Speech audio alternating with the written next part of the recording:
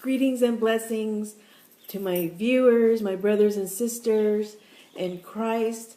I'm here today to share something that happened to me. And I hope you'll believe me. And I hope that if you have had the same experience, that you would leave a comment after this video. Last January, I decided to read the Old Testament from the beginning. And I saw a lot of the things that Jesus did were also done for the Hebrew children after they were delivered out of Egypt. And in Judges chapter 6, the children of Israel had sinned against God. They were worshiping Baal. They were setting up altars and idols and stuff like that, sacrifices. And Gideon, we see an angel visited Gideon, and he was instructed to destroy those abominations against the Lord, because they were suffering a lot. The Lord was punishing them. And he wanted to be sure that the Lord was going to save Israel. So he asked God to give him a sign. He was testing the Lord. And what he asked the Lord to do was to put he would put a piece of fleece on the ground, some wool, and if the wool was wet with dew, but the ground around it was dry, then he would know that was a sign that Israel would be saved. And the next day, the wool was wet, and he wrung it out and filled a bowl full of water. And then he decided to ask the Lord, Lord, don't be mad with me.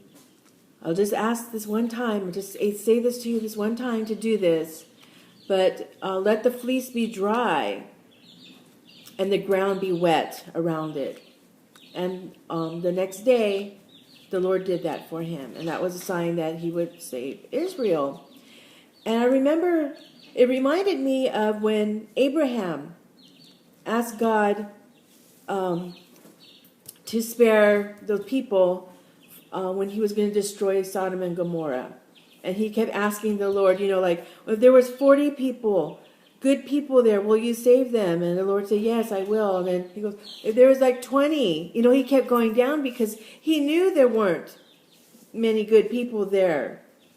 And he wanted to make sure that Lot and his family would be spared, even if it was only just a few people, that God would not destroy them. So that's what that Gideon's testing the Lord reminded me of. And I started thinking, well, Lord, if you did that back then, would you show me that what you will do for us to help us in our time of need? I want to know for sure. That way I don't want to be like these prepper people that are, buying like 50 years worth of food and all this stuff. Because, Jesus fed the multitude, and Elijah helped the widow woman when she had nothing to, when she had just enough to make a little cake for them to eat, and that was it. That's all she had left. And he told her to gather all the vessels and the jars from as many as she could find from her neighbors. And they were filled with oil, and then she was able to sell the oil, pay off her debts, and have money to survive. There probably was a famine at that time. I can't recall the full details. And I did. I asked the Lord, I would like you to do that, Lord. Just show me that, if you show me this, then I won't worry about anything, and I will totally trust you. So this was probably in March of last year, and I use mouthwash, and I have a big bottle of it, and every time I used it, I noticed it was getting low, and I kept giving myself a mental reminder. I got to remember to go, when I go to Walmart, to pick up a bottle of mouthwash. But I kept forgetting. And it was, it was getting lower and lower and lower. And in May, I think it was May 19th, and on that night, I was, after I brushed my teeth, I reached down in the cabinet to get my bottle of mouthwash. And I knew it was getting empty because it was very light. But when I reached down to pick it up, it was heavy. And I was like, what's going on? And I looked down, and it was full, brand new full. And I was like perplexed. And I looked down to my cabinet, and at first I thought maybe I had an extra bottle there that I didn't know about. So I looked under their cabinet, and no, it was just that bottle. And my husband was already asleep. He was already went to bed. So I thought, he probably did this. He didn't know about what I had asked God to do. I didn't tell him that.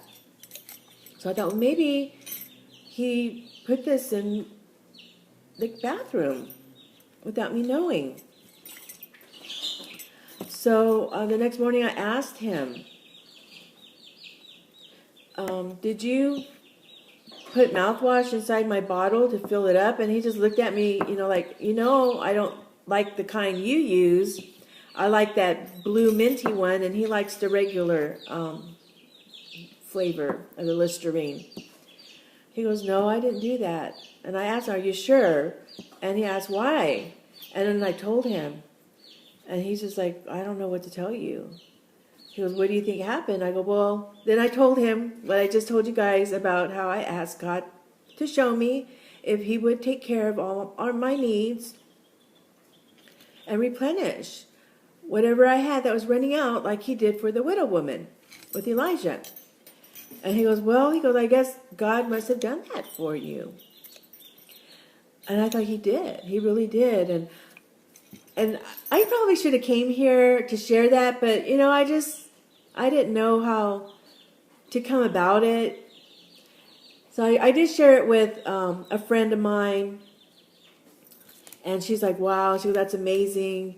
And another friend, she thought, well, maybe you had a bottle and you just thought you ran out, or you thought you were running out, but you weren't. And I was like, okay, she doesn't believe me. And well, really, the main reason I'm here is because I saw my family a few weeks ago, and me and my dad were talking about the Bible and how God's the same. He doesn't change. He's the same yesterday, today, and forever. And he had, I forget what we were talking about, but it made me remember about what I just shared with you. So I said, Dad, I go, you might not believe me, but I'm going to share something with you. And I told him, and he goes, oh, yeah, maybe God did that. Maybe he did. I don't think he believed me. I don't know how many of you will believe me, but for you that do believe me, because God is real, he will answer your prayers. He doesn't mind being tested. I mean, I'm not going to tell him, make me win the lottery or anything like that.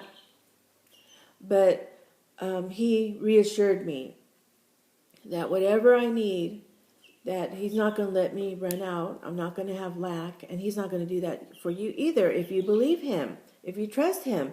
Just like Jesus fed the multitude with just a few fish and a few loaves of bread. He fed 5,000 people, and they had gathered all the scraps and the crumbs and the leftovers, and there were 12 baskets left over when they only started with just a little bit. And I do believe that we don't need to prep because the Lord is going to provide.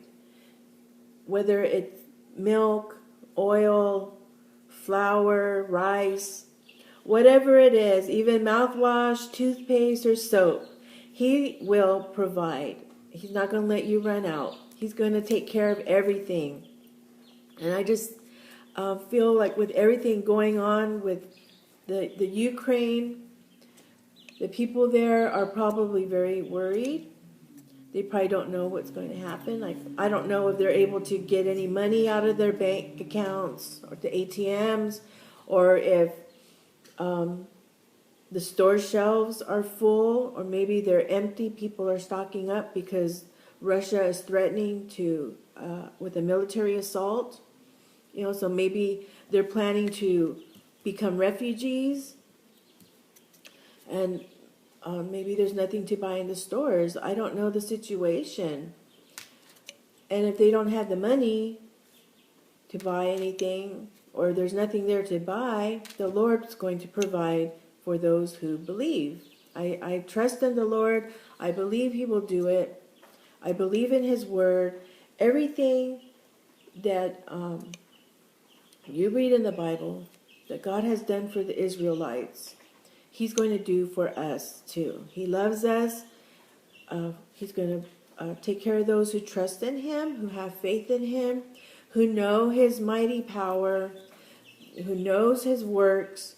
He's going to do it, whether it's with healing, with protection, with wisdom, revelation, word of knowledge, and providing like He provided for them when they were in the wilderness. He provided all their food, all their water. He provided everything for them. And He's going to do that for us too. If it comes to that, if we do come to a point where we are, who knows, a disaster, a war or something, the financial crash that could happen too, where our money is worthless, or we might not have access to it, and you might be running out of food. The Lord's not going to let you run out of food. He's going to take care of you. If He could replace mouthwash, He's going to replace what you really need, and that's going to be food and water and shelter and protection. So I just pray, and I hope that you believe me, and that you will trust in the Lord to take care of your needs, that He is powerful, and He is able to do all things. It's in His Word. You read it and believe it, and He will do it. God bless you. Have a wonderful day. Don't forget to praise the Lord. Give Him praise in everything. Give Him thanks, because that is His will for us, to be thankful in all things. Even if you're going through a rough time, if you're hurting, if you're sad, whatever, give thanks for that too, because He's going to bring you out of it, and everything comes together for the good of those who love Him. So even some of us might be able to look back and say, hey, I went through a really rough time, but I got something good out of it. You might have gotten stronger. You might have gotten wisdom. You might have gotten a blessing out of the suffering. God is good. He takes care of everything. And if you just put Him first, He will take care of you. So God bless you. Take care. And I'm looking forward to seeing your comments, and hoping that someone else has experienced the same thing I have. Thank you.